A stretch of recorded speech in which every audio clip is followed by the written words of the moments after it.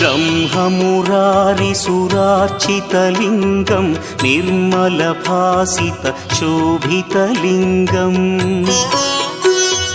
जन्मज दुःखविनाशकलिङ्गं तत्प्रणमामि सदा शिवलिङ्गम् देवमुनिप्रवरार्चितलिङ्गं कामदहन करुणाकरलिङ्गम् रावणदर्पविनाशकलिङ्गं तत्प्रणमामि सदा शिवलिङ्गम्